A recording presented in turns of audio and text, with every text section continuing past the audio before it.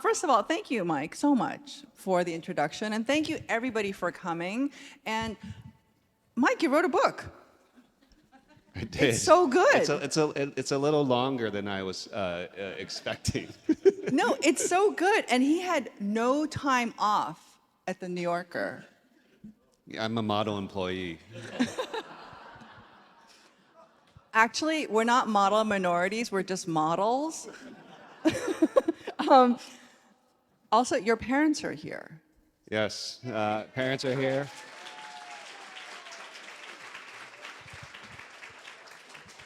Fan and Marilyn Luo, their story is in the book, their photo is in the book. My family, my wife's family's here in the audience too. Winnie's here. Yeah. So.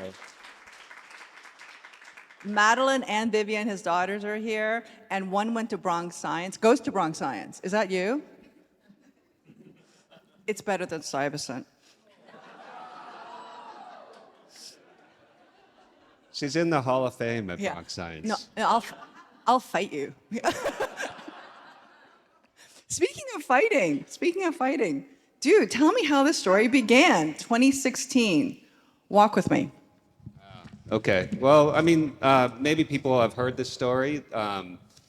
This was the fall of 2016, October. It was a Sunday after church, and some of us were on the sidewalk on the Upper East Side, and we were kind of deciding where to go to lunch. Actually, some of the folks that were with me are here today. You could raise your hand because you're primary witnesses. And I had my younger daughter in a stroller, and there was a woman who brushed past us who was aggravated that we were in the way, and she just looked like a typical... Aggravated? I think that's kind of mild. Yeah, Okay. she looked like a typical Upper East Side person, and and then as she was brushing past, she muttered, "Go back to China," and No, I think there was an F word in there. that came after. So then, in the moment, even though it was after church, I did not turn the other cheek. The adrenaline was flowing, and I ran. I abandoned my daughter in the stroller, and ran down the street. That was you. Yeah. It was her, Oh, it was yeah. you. Sorry, Dad left you. Ran down the street to confront her, and in this sort of exchange, we were yelling back and forth. She's like, "Go back to your effing country." And in the moment, I just didn't know. You're trying to think of a retort, and I said, "I was born in this country," just like yelling. Good one. Yelling. Good one. It was so pathetic. Yeah. It was so pathetic. So, and then this was I would have ripped her a new one. Go ahead. This was the kind of heyday of Twitter, and so I afterwards in the restaurant I was kind of shaking, and I kind of tweeted. I was like kind of live tweeting my feelings about it, and I kind of described what happened. I used the hashtag This is 2016, and it became this kind of viral moment. I should go back and look and see how many millions of retweets and quote tweets there were. But just to give you a sense of how big it was, like Bill de Blasio tweeted back at me, and he said something along the lines of like I have to go back. I should go research it, but it was something along the lines like, "Mike, you're welcome in New York anytime," or something like that. He was trying to Good demonstrate. one. He was trying to demonstrate his bona fides, so anyway, so what happened was I was part of a team of people at the New York Times who wrote about race in America, and I was an editor, and so I didn't write that usually, but some folks on the team. Rachel Swarns, I'm not sure if she's here tonight. Are you here, Rachel? And Mark Lacey. Where's Mark? I don't know if Mark's here. So This is his fault. Mark is the managing editor of the New York Times now, and he was the deputy or national editor at the time. And he just encouraged me to write something about this. And the innovative thing, the smart thing that Mark suggested was to write it as an open letter to this woman. And so I wrote this very quickly Yes, it's there. Are you going to have me Yes. read from it? No, and you know what? I just want you to read 6 sentences Right. because it kind of broke me. And Yeah. for those of you who haven't read it in all these years, could you share this with us? So, yeah. Walking home later, a pang of sadness welled up inside me. You had on a nice raincoat. Your iPhone was a 6 Plus. You could have been a fellow parent in one of my daughter's schools. You seemed, well, normal. But you had these feelings in you, and the reality is so do a lot of people in this country right now. Maybe you don't know this, but the insults you hurled at my family get to the heart of the Asian American experience. It's this persistent sense of otherness that a lot of us struggle with every day. That no matter what we do, how successful we are, what friends we make, we don't belong. We're foreign. We're not American. Thank you.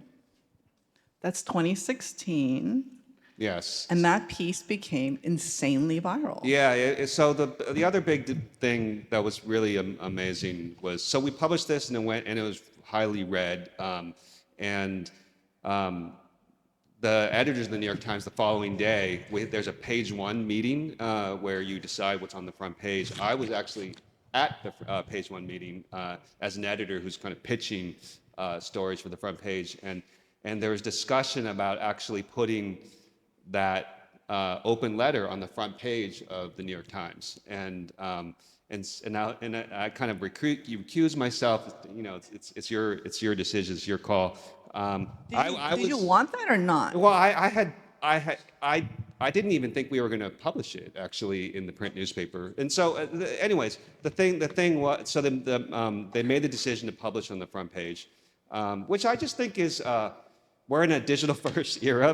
Mark is probably like looking at me and he's like, what is he? He's talking about print. But it was a big deal to publish this piece, this open letter, this form on the front page of the newspaper. And there was a week-long conversation that followed, and where we had people send in videos of kind of direct-to-camera videos of their own experiences with this, and so hundreds of people across the country sent in videos of, and we turned that into a thing, and it became such a big thing that I just remember I was at Barnes and Nobles, and I was with one of my daughters, and somebody said to me, "Are you Michael Luo?" and they had seen that video. And it was like I was an actor, and so so what I say in the book and how I explain how this obviously this was 2016, and so I didn't start working on this book until 2021, but this kind of what happened was. I was suddenly kind of the face of Asian America. I was on all these panels. I was on Morning Joe, I think. I was on TV, and the thing You're about a model. You're a model. yeah. So and the thing about it was actually I just remember he's not here tonight, I don't think, but Jelani Cobb, who is a historian by training, a staff writer at the New Yorker, became my colleague at the New Yorker because I went to the New Yorker a couple weeks, a month or so later. He speaks in these full paragraphs. So it was a panel on race, and I went after Jelani. And Jelani, who's a historian by training, so steeped in the history of the Black experience in America, Civil War. He's also from Queens. Yes, and he was just so steeped in his articulation of the Black experience in America from history. And I was just a guy who had this thing happen to me, and I just realized that I actually wasn't, deeply familiar with this history. What did you major in? I don't actually know that. I was a government concentrator at Harvard, and which I actually regret it. I wish I was a history major or history and literature.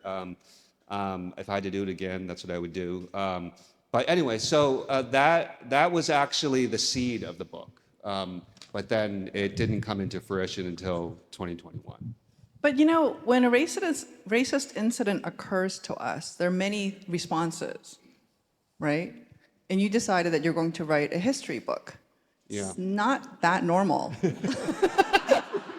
Just saying. And I was just curious because none of us have well, actually, I've read the book. It's really good. I recommend it.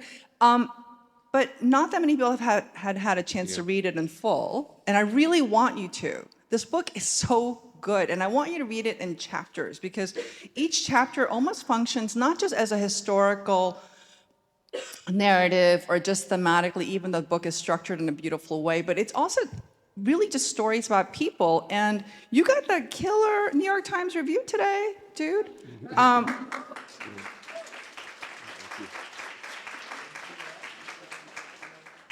And I'm going to quote one sentence. Despite such obstacles, the obstacles being that it's really difficult to find information about Asian Americans, this specifically, Luo, that's him, finds an incredible number of characters. Although he describes a book as, quote, the biography of the people, it succeeds through its little biographies of individuals, a range of quirky and fascinating figures, both Chinese and white, who drive the narrative. And I think that if you can approach this book chapter by chapter, and I think there's 25 chapters. Maybe 26. I think the epilogue is 26. Okay, Yeah. 26. Yeah. Well, he wrote it. Okay. I thought double check. I just remember I didn't like the lack of symmetry at the end. OCD. Okay. Yeah. No, I have it, so that's why I could tell. So if you look at each of the chapters, you will meet all these unbelievable characters. And throughout tonight, we don't have very much time because I really want to make space for you to ask questions. I have tiny, like 2-paragraph cuttings of the book in which you can hear the voices that Michael was able to pull from all these archives. And I thought that it's so meaningful, especially in this building, to hear the voices of the Chinese. So I hope that when I ask the questions and I'm going to pass him the book and he's going to read little sections, like we can actually feel these ghosts around us who haunt us and who actually must be resisting the fact that we have had all these beautiful dreams to come to this country, all the betrayals that the Chinese have suffered, and yet the resistance of the Chinese to actually continue and become Americans. Yeah, I mean that I love that aspect of the review because that is exactly what I was trying to do, and I think one of the things I bring in the book. Any time, as you said, that there aren't many voices in the way history works is it's the powerful that write history and the powerless who are left out. And so it takes work to look for those voices, look for those characters. Anytime I sensed or saw, like in a newspaper article or a manuscript, an unpublished manuscript, an unpublished memoir, anytime there was a sense of a chance to have a character, a protagonist, I just glommed onto that and tried to build around that. And it was building around characters and scenes. This one tiny section, it's going to be one paragraph, but there's one sentence that I wanted you to hear because it really resonates, I think, with our current experience. Maybe you can set this up for us. Here you go. It's right here. Okay. It's one paragraph. Okay. You just want me to read where you And then you can pointed the explain arrow. it to us. Okay. Okay, so they demanded to know, what do you Chinamen mean by working here? You have no business to work here. Leo tried to reason with the men and offered to leave if they were in the wrong place. We Chinamen do not want any trouble, he said, but the white miners set upon them. A half-dozen men surrounded Leo Kwarkong. One miner bashed him in the head with a shovel, leaving a gash on Leo's forehead that cut straight to the bone. Another man attacked Leo Lung Ming, leaving him with deep wounds in the head, chest, and right knee. So I need to explain that now? Yeah. So- Because I want you to remember the lines. We Chinamen don't want any trouble. Yeah. Right? Yeah, so this is drawn from the chapter about the Rock Springs Massacre, which is one of the most horrific acts of racial terror in American history. It was 28 Chinese miners were killed by white miners, and the New Yorker excerpted this chapter. I'm really proud of the chapter because of it's such a seminal moment in history. And the thing about it is there have been some books written about it, but no one's really kind of told this as a story. So tell us where Rock Springs is. So Rock Springs is in Wyoming. Somebody got points over there. Yes, They got it. Wyoming. It's Jennifer 8 Lee just got the answer. Yes. You win Yes. Jeopardy. Okay, go ahead. Yeah, it's in back then it was a territory. It was the Wyoming Territory, and it was a town really built by the railroad as the railroad was heading across the country at that point west. Actually, these kind of towns would spring up along the way, and the thing that Rock Springs had is coal, and they really needed coal, and so these mines were dug, and it kind of this kind of town grew up, and the Chinese came as workers. Well, you have these European miners, right? Yeah. And then you have these Chinese miners brought Yeah. in. Yeah. I wonder who's paid less. Yeah. So I wonder who worked harder. Yes. So the deal. This is actually complicated. So this is like the connection of American labor with the Chinese and with Chinese exclusion. There was unrest among the laborers, the white laborers in Rock Springs, and they were upset. They wanted higher wages, and then when basically before the massacre happened, several years before, there was a point when the white miners went on strike, and the company brought in Chinese miners, and then they were the ones who were mostly retained, and only a certain number of white miners were brought back. What happened in this particular moment is so it's a little bit unclear whether this was an intentional act or kind of like Intentional act by whom? by these white miners who set upon the Chinese miners. So what happened was there was a room, as they call it, underground, and these white miners came, and what they claimed was that these Chinese miners were in the room that was properly theirs, and so. And also, you get paid for how much coal you get out. So you want to be in a room in which you get the most amount of coal because you Right. get paid more money. Right. So you're fighting for what has the most exploitative power. Right, and so what happened? But the thing about it is, according to the white miners, these Chinese miners were in this place that they were supposed to be. But there are these really eerie clues, including one that I found, where there was this recollection. There was a memoir written by a white miner who remembered the night before, a miner came in and said to his cousin, like, and do you have a gun? And he gave him a gun, and he's like, basically the tone of it was, get ready for tomorrow because like we're gonna need you, kind of thing. And so that is kind of this clue that maybe it was actually a premeditated act. Well, I mean, I'm quoting you, and it says, the miners spilled out onto the streets. A cry went up, quote, vengeance on the Chinese. Yeah. Where's the ambiguity? Yeah, no, it's the question is whether it was a pre-planned attack or a... Vengeance on the Chinese. Yeah, so that was so after this event where they were set upon and there was this melee, the white miners walked out of the mine, and then they gathered in this kind of union hall, a Knights of Labor hall, and that's where they decided to basically attack the Chinese quarter and burn it down.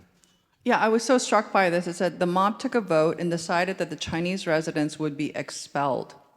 A group of 75 armed men began making their way toward Chinatown When they encountered a group of Chinese workers along the railroad tracks, the rioters fired wildly at them. The mob then halted just outside the Chinese quarter. A committee of 3 men delivered an ultimatum that residents had an hour to pack up their belongings. Barely a half hour had elapsed, however, when rioters invaded Chinatown. I was wondering if you can read just this section here, Okay. and then it would end in the next page. It's about a paragraph and a half. Okay. The violence coursed through town like a river, drawing in men, women, and children. One female resident, whose home was near the plank bridge, pointed a revolver at the terrified Chinese men fleeing past her and fired 3 shots in quick succession, felling 2 of them. This was likely Mrs. Osborne, the owner of a laundry in town who was later celebrated for killing 2 Chinese men. Another woman who had an infant in her arms but she still managed to knock down a Chinese man running by. When her baby wailed, she spanked him before turning to pummel the Chinese man some more. The rioters began setting fire to the buildings of the Chinese encampment. Dense black smoke billowed over the quarter. Frightened residents dashed outside with blankets covering their heads. The bodies of dead Chinese lay everywhere. Rioters tossed corpses into the burning buildings. The smell of burning flesh was acrid. A gusting wind led to fears that the conflagration would spread to the rest of town. Rioters suspended their torches into the Chinese huts, but more than 40 homes burned to the ground. Miners usually stored the black powder they used in their homes. When the licking flames reached a cache, the sky would flash with a powerful explosion. A group of rioters descended upon a dugout belonging to a laundryman, Ali, who had barricaded himself inside. The members of the mob fired through the window. A single shot rang out from inside the building. He was armed.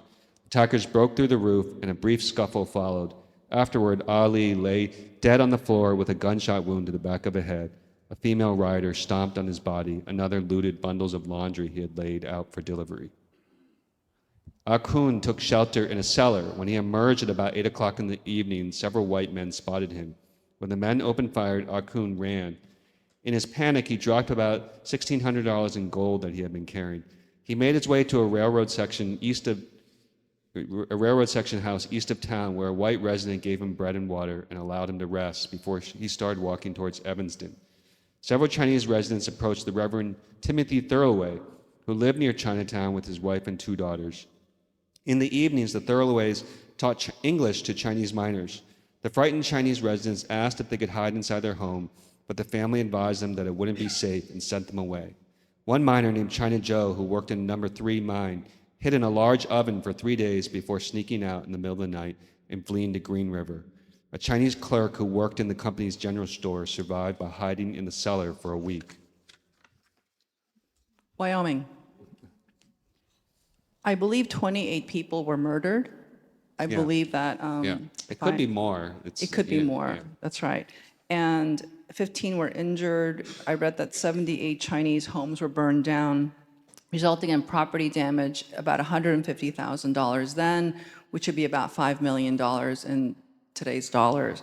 Now, tell me what the judicial consequences were, because there were witnesses. Yeah. So the men were arrested, but it was basically kind of a sham, and like they stopped at a bar on the way to jail, and basically no white residents would testify against their fellow neighbors. But tell us why that's really important, because if you have Chinese testimony at that time, it's inadmissible, right? That's in California, which passed a law that Chinese testimony was inadmissible. The thing that happened here was actually, it's not a little bit unclear. It's not clear if they actually genuinely tried to get Chinese witnesses. Later, the prosecutors said that somebody was supposed to help them. One of the consuls was supposed to help them get Chinese witnesses, but the consul said that he never heard from anybody, and so it doesn't really look like they made a real effort. And so they were acquitted very quickly. And actually, it was the Thurloways actually that I read. They testified that they saw that the Chinese setting fire to the buildings themselves. And this was kind of like a big kind of turning point in the grand jury proceedings. And so basically, I believe the that men fire were. is called gaslighting. Yeah, yeah. So they were. So it was acquitted, and they were treated as kind of conquering heroes when they came back to town. Um, the reason why we're dwelling on this thing that happened in 1885, right? And I would like to connect it with today in terms of, I don't know if you guys know about HB 7, which is a law in Florida. It's called, also known as the Stop Woke Act. And this kind of law is in about 20 different states right now in this country today, in which we are not allowed to teach or discuss things that would make the white majority uncomfortable, in which it might perpetuate the idea that people could be racist inherently. It has recently been challenged. It has gone up to 11th Circuit Court. And the courts have said, the federal courts have said, parts of this are unconstitutional for higher education as well as for certain employers, because it would violate the First Amendment. However, for secondary schools, high school, elementary school, junior high schools, this still applies, and educators have to navigate how do we teach this history that happened in 1885 to today. And I was just curious, something terrible happened to you in front of your family. Everybody in this room at some point has encountered these kinds of stupid remarks. We have eaten our bitterness. You decide to spend all of your free time writing a book because we should know Right. how fucking badass we are. Right. Yeah. And yet, it may not be able to be shared. And I was curious, like, so you have done the homework. You have created a beautiful work of literature. It should be shared. What do you think? I mean, actually, the New York Times book review, there's a line that review, and I think he meant it as a compliment. He said he kind of noted my kind of tone in the book, and said it was not written as a anti-woke polemic, and also not sanitizing history. And I take that as a compliment because, and I, even though I kind of quibble a little bit with the idea of an anti-woke polemic,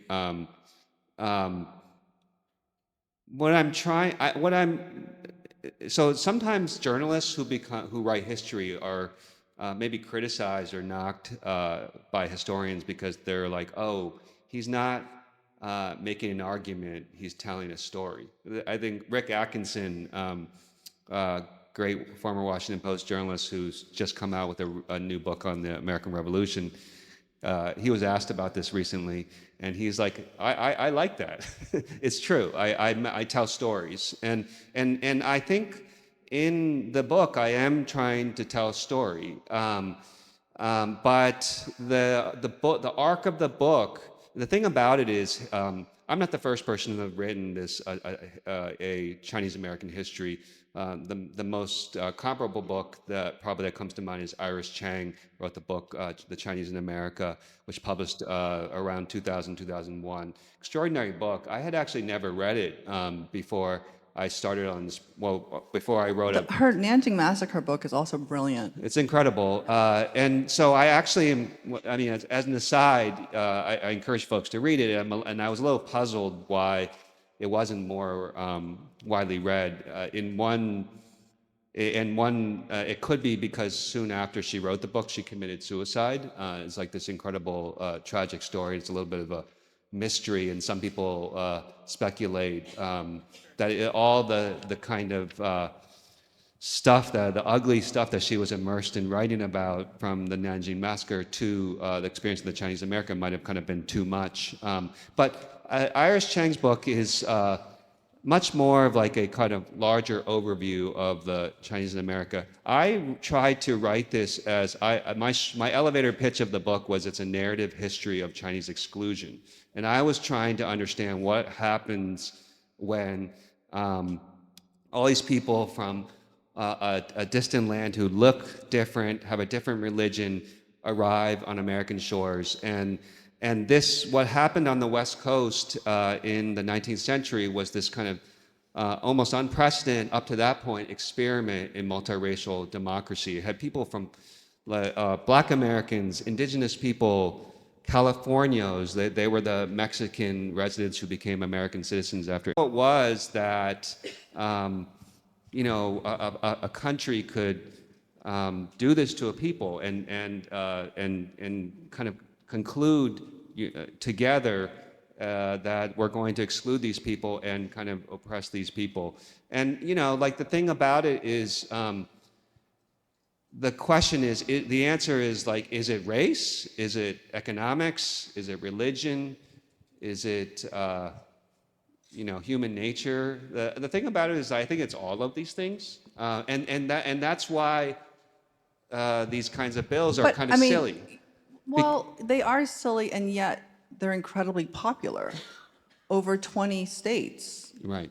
are trying to pass them, and they are targeting things that are true. You have almost 500 footnotes in this book. Like, if this book looks thick. It looks very thick because there's 40,000 words of endnotes. Right. The endnotes are just. So yeah, 160,000 words and 40,000 words of endnotes. Right. Just keep that in mind. So there's like a really fat part of it that's. And the endnotes. chapters are really short, so I really do think that if you approach it just reading a flies chapter at by. a time, it flies. Yes, it flies by. And also, there's so much that you don't know in that level of detail. I did actually study Asian American history when I was in college, and I knew about these things, but I thought that you had done so much great archival research, which made it so much more interesting and fun to read. I want to ask you what you think about this, and I know we have to open for questions, and I really want to hear from you. You guys are standing. Standing questions get priority. The last. I will say on the readability thing that and maybe I'll embarrass my dad who's here. The first person who read the entire book was my dad. And one day, because we were at I would go to my parents' house every summer. They live out near Princeton, and my book existed at that point in these printouts. And so I was working on and there's just a pile of printouts. And one day he just took the first chapter of the printout and just started reading it, and then he read the next one, and then he read the next one, and then he finished the whole book. And he's not English is not his first language. And he got a PhD here. He is a pioneer. That was a little bit, He is a pioneer. That was a little sketch there, Yes, Mike. he is an engineer, but he read the whole book, and that was the first time I knew that I had done something that I had done something right in the way I wrote the book and structured it. See, the filial roots are so strong. Well, I'm proud of you too, Mike. So this is something that Asian Americans say about our history. They often say that it's a sad history, and they don't want to be sad. They don't want to be depressed. And it's interesting that you were saying all these things because do kids want to hear about the Rock Springs Massacre? Do they want to hear about the Los Angeles lynchings? The largest mass lynchings in America happened to the Chinese. I was recently at the legacy sites in Alabama, and there were actually some mention of this. However, I think when we think of lynchings, we think about the terrible persecution that enslaved people and post-Jim Crow blacks in this country have suffered. But the mass lynching in Los Angeles is insane, and the chapter in this is amazing. However, it's not just sad. It's not just about being hated. For me, I thought this was incredible because there were so many things that the Chinese have done to endure it and yet become empowered. So can we talk a little bit about Wong Kim Ark?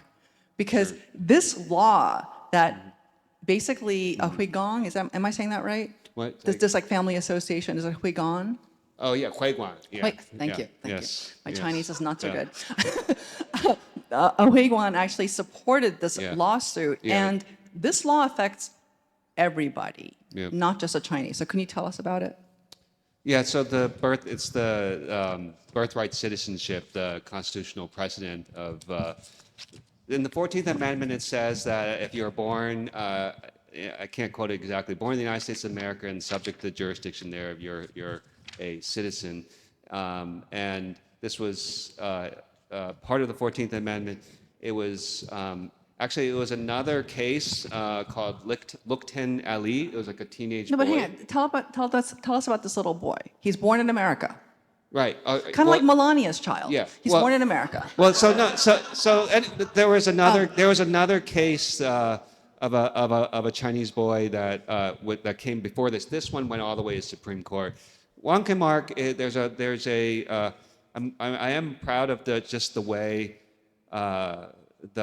you're able to kind of tweeze together a narrative of a life from just these scattered immigration documents that have aspects of his story in it. And he was born in 1870. His dad was a merchant. They lived upstairs from their store that they had, and he was born above that store. He went back to China a few times. He got married in China. Before he went back the last time, before this the test case that came about, he made sure to get some affidavits from people who remembered. He had his papers together. Yeah, to attest that that he was a natural-born American. And so what happened was there was great interest at the time among certain people to test this principle of birthright citizenship. There was a guy named George Collins. He sounds like a little bit of a kook, but actually he was a very shrewd legal scholar who started writing these articles in legal reviews that made the case that this clause that if you're born in the United States and subject to the jurisdiction thereof, you're an American citizen. He was trying to argue that Chinese, even if they were born in America, were not subject to the jurisdiction thereof. They were subjects of because their parents were Chinese subjects. And so he tried to make this case. There was some discussion, I think, at the time the immigration was enforced by these customs inspectors, and there was discussion in coordination with the Attorney General of the United States at the time, who agreed that they wanted to establish a test case for this. So it went all the way to the Supreme Court, and It's the law today. It's the law today. Yeah, and the really interesting part of the decision, the justification for the decision, one of the things that was really of concern was there were millions of white Americans, natural-born white Americans, European immigrants, descendants of European immigrants, who would be threatened if this was not upheld, and that was beyond the pale. Like that's part of the decision. We can't have that. If you read that. Yeah. And so, anyways, and then the final thing I'll say about Wong Kim Ark, which is amazing, and I didn't know this part, is this didn't end his trouble with immigration. Mm-hmm. Like after a few years after he was the subject of the most, one of the most famous Supreme Court decisions, today. He was actually working in El Paso, Texas, and he had crossed the border from Mexico, and there was a Chinese inspector down there who was really zealous, and there was real worry about people violating the exclusion law, passing the border, and they arrested Wong Kim Ark. They knew actually that he was the subject of this famous case, but yet they detained him for I think a week or so. They made him pay this $300 bond.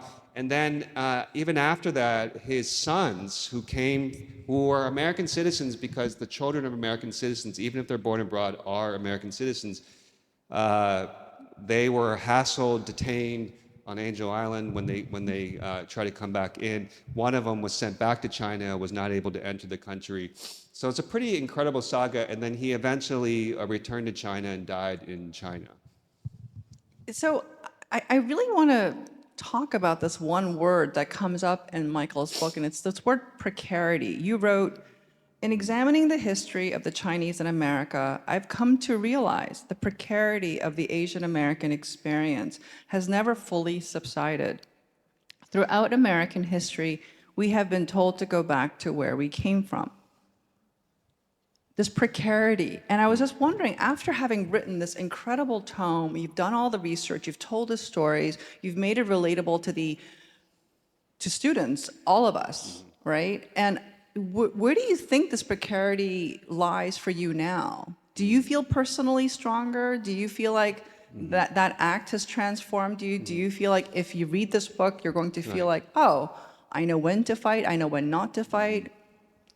Well, I think precarity is a good way to think about it because I think multiple things can be true about the Asian American experience.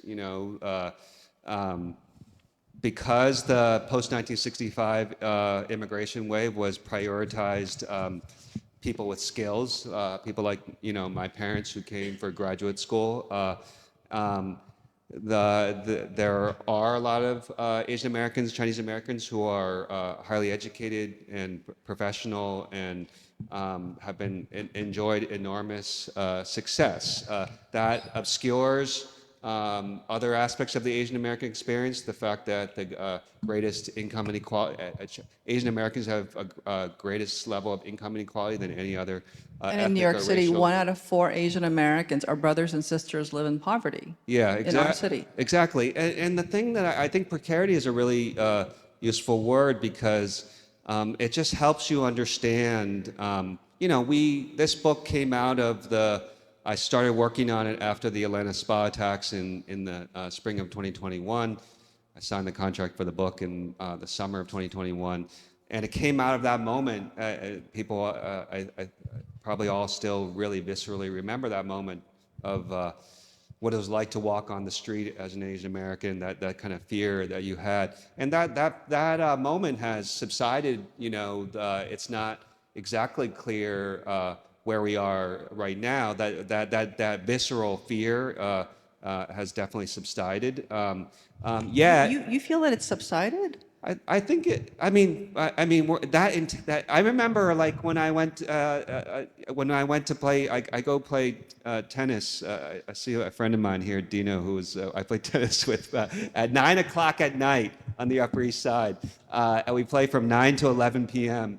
And during that period, I wasn't sure if it was safe to go home, and I texted my wife before I left the tennis bubble, just so and I don't do that anymore. That's what I mean. The thing but what is going on right now is there's kind of this bipartisan bellicosity about the threat posed by communist China, and my family fled communist China, went to Taiwan when the communists came. My grandfather on my father's side was a Kuomintang general who was killed by the communists, disappeared. To a certain degree, I understand some of the worry about the Chinese threat. They're a military economic juggernaut. But There's every also single 1.3 billion Chinese. Yeah, but every time that you hear this kind of Democrat, Republican lawmakers just railing about communist China, that just kind of adds to the tinder of racial suspicion, and I feel that, and so the precarity is just a good word because you might feel comfortable. You might feel like this bigotry and violence of the 19th century doesn't apply to you any longer. But that sense of belonging, what I wrote in that open letter was I wondered whether my kids who are born in the U.S. Don't speak Chinese particularly well. Sadly, they're working on it. He just totally embarrassed you in front of all these people. Two generations. I protest, Mike. Two generations removed from my parents' immigrant experience, if they would ever feel like they belonged. That was the thing that I wrote about in that letter, and that is the question I think that still persists today for Asian Americans. I think this is such an incredibly important point. And as for belonging, I think part of it is that we have to insist that we belong, and we have to take up space. Mm-hmm. And speaking of space, do you have any questions for Mike? Because he knows everything. And you've been standing, sweetie. You have the white sweatshirt. This is Anna, one of my daughter's friends, and so she's going to ask a question. That's great. What did you feel when you were like writing the book? What did I feel when I was writing the book? Probably tired, but go ahead. Well, I mean, so I think that I mean for the writers in the room, I am a big believer in outlining and chunking out the book, and if you have done a good job planning what you're going to write, the writing can come fairly fast. Man, I don't know if that helps you as somebody who's famously spent very long time writing her novels. Maybe we should actually tell people some news. You have your third book. You have what? Just turned it in? No. I'm working on it, Mike. I thought I was going to break some news. No. It is going to probably come out in the end of 26, but it is not about me. It is about you. Yeah. Anyways, I guess what I would say is like when if you have carefully planned out what you're going to write, it will flow out of you. But if it doesn't, just stay with it and be gentle with yourself. Mark, do you have a question? Yes, hi. What's your name? Oh, me? Yeah. First name is Edward. How And are you? I'm good. Welcome. You have a question for Mike? I do. For your book, research, did you research on how the white American feel about belonging as a citizen? Have they ever even used that as a question? It's a good question. I mean, so the Chinese came around the same time as the Irish, and the Irish there's a famous book, How the Irish Became White. I highly recommend it. And I mean the big difference. So they were a persecuted group, experienced all kinds of ugliness because they were Catholic, so there was a lot of ugliness that the Irish experienced. The thing that was the difference between the Chinese and the Irish is they were able to become citizens. They were able to become naturalized citizens, and the Chinese were not, and the Irish were able to accumulate real political power, and so. That was a big difference, and so the Irish experience and the Chinese experience diverged within a generation. But to continue with Edward's question in relationship to your book, you are very explicit about how the Irish persecuted the Chinese. So I'm always like wondering, is the process of becoming American a process of oppressing the new people? Yeah. But what's interesting is that why are the Chinese new forever? Yeah, I mean there was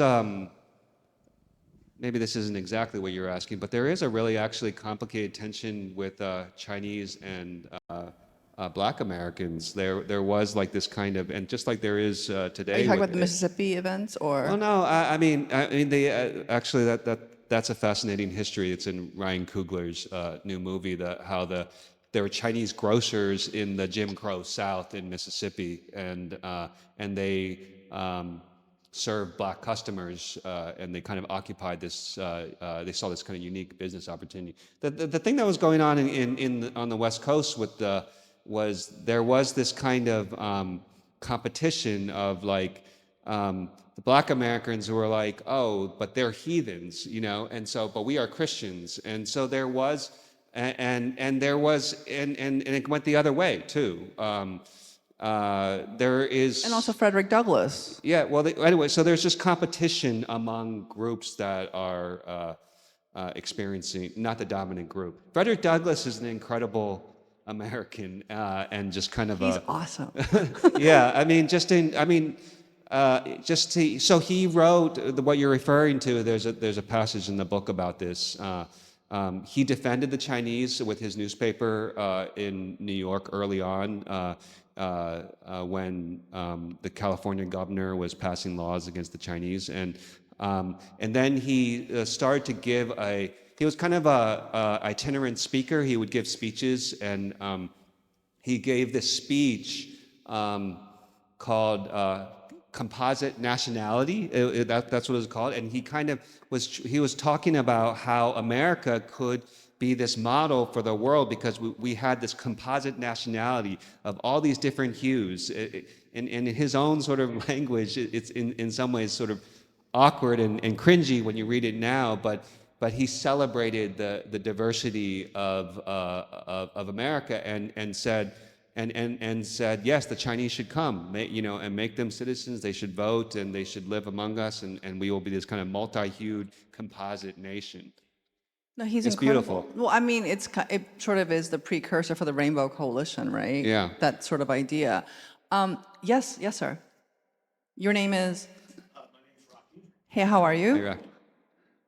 Thank you for writing this book. And I guess my question is, some of us attended the Promontory Summit Oh, celebration yeah. a couple of years ago. Yeah, you should explain what that is to the Well, room. it was the Yes. 150th anniversary. Yeah. That time, the Chinese were welcomed. At the 100th, they were not. Right. There's a story behind that. Yeah. But my question actually is, did you? I haven't read the book, so I'm not. Yeah. Maybe you could comment a little bit more about, since we're in the midst of this Wong Kim Ark revisiting, the climate back then, in terms of the politics. There was another program that the Tenement Museum did with Hunter on birthright citizenship, where May Nai and Harold Holzer, I think, and other people talked about the politics of the time. I don't know if that's something you looked at. Yeah, totally. You mentioned, Minju, also about Frederick Douglass. So I think Yeah. there is, I'm an attorney, so there is some views now about how we look at the 14th Amendment in terms of the importance of black citizenship for males.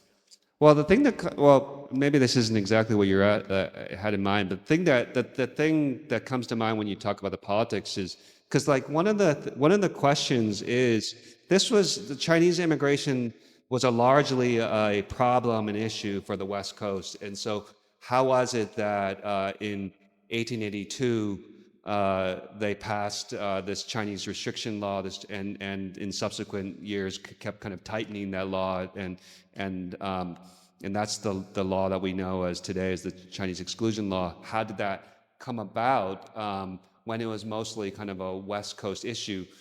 The folks here know that New York City Chinatown really started to take root like 1870, 1880-ish. And it was still small relative to the immigration on the West Coast. And the big thing was the fact that the country was so closely divided between Republicans and Democrats. It was like today, just incredibly close. And so the Pacific Coast, California, Nevada, Washington became this political prize that would kind of break this deadlock, and so both Republicans and Democrats. So Democrats were rooted in the post-Reconstruction South, and that was their stronghold. Republicans, this is the party of Lincoln that set enslaved Black Americans free. How did they kind of reject all these principles of liberty and equality and all that kind of stuff? It was for political advantage, and so both parties at that point were kind of united in kind of courting the kind of anti-Chinese, anti-immigrant segment in California, and that was a huge part of what enabled the Chinese Exclusion Law to become a national issue, and it's just interesting to me today because obviously we're just incredibly closely divided country politically, and immigration and scapegoating of immigrants is another place now where honestly both parties to a certain extent are looking for advantage. Just one more question. Yes, hi. Your name is? My name is Nancy Waples, and I am the first person of color. Hang on. Thank you. So Nancy's right here. You have a question? Yeah, Yes, thank my you. name is Nancy Waples. I'm the first person of color to serve on the Vermont Supreme Court.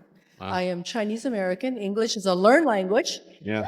I am sitting here with Marilyn Go, the first Asian American woman to serve on the federal bench on the Eastern District of New York. And my question is, having been a longtime admirer of yours, and also you, I read literally 3,000 pages a month. And as an appellate judge, and your book gave me great solace, having the chance to read that when I was going through briefs. But I wanted to ask you a question, because one of the things that's the overarching theme here is the discrimination, the stigmatism against Asian Americans, Chinese Americans. But what I found in teaching a course of Asian Americans and the Constitution as a justice to law schools is the resilience of Chinese Americans, Asian Americans who will challenge the US Constitution, state constitutions at every turn. In comparison to many other minority groups. So how in your research, Michael, do you explain that? And then just one more shout out. My sister, Eileen Jair, is the development director at MOCA. Ah, So there. love it. So Love it, I love it. am intrigued with your answer there because we Yeah. are strong. Yeah, I and love we it. are I powerful. love it. Yeah. So. Yeah. I mean, the thing about when you I'm going to go back to the writing. So when you're a writer, there is a kind of a little bit of it's a little bit of a trope, but it's honestly works. You think of like a 3-act structure of a central protagonist who encounters challenges, and there's kind of complications, and there's kind of like rising kind of tension, and then there's this kind of climactic sort of moment, and then the tension sort of falls off. The Chinese American experience is like that. So they arrive. Initially, they were welcome to a certain extent, and then there are these things that start to happen. There was the railroad, but then there was even then, after the railroad, there were anti-Chinese groups that were starting in San Francisco. Then there's just kind of like this. Then there was an economic depression, and then there was this kind of driving out period, which is kind of the emotional heart of the book, when dozens of communities in the American West expelled the Chinese, and they were seeking to drive them out, like fling them from the land. And the thing about it is they didn't succeed, and so the Chinese persisted. The Chinese population in America kind of declined at that point, but then it started to grow again in the 1920s, 1930s, so there is this sort of, I say that it's a history, but it's a biography of a people, and the central character of the book is the Chinese people, and it really is a story of triumph and resilience, and not just in a kind of cliche sort of way. I mean, it's extraordinary story, and actually, Min, in her little endorsement of her in the book, she caught that, and she articulated that, and I was so moved when you wrote your endorsement and noticed that. So you're totally right. And then I mean, Wong Kim Ark is a good example. It was he maybe it was an accident of history, but he was backed by these Chinese 6 companies who financed this challenge, and there are multiple, as you know, having taught this, multiple cases that went to the Supreme Court that were financed by the Chinese 6 company. There were these white lawyers that fought repeatedly in front of the Supreme Court. Sometimes they lost and sometimes they won. But yeah, they were protagonists in the story of America. We have had such amazing because you joined us. And also because the process of belonging, it's not a static moment. it is a growing moment. It is an evolution, and you're part of it. And I want to thank you for your resistance, because you didn't take that shit. Yeah, yeah. Thank you, Michael. Thank you. Thanks, Ed.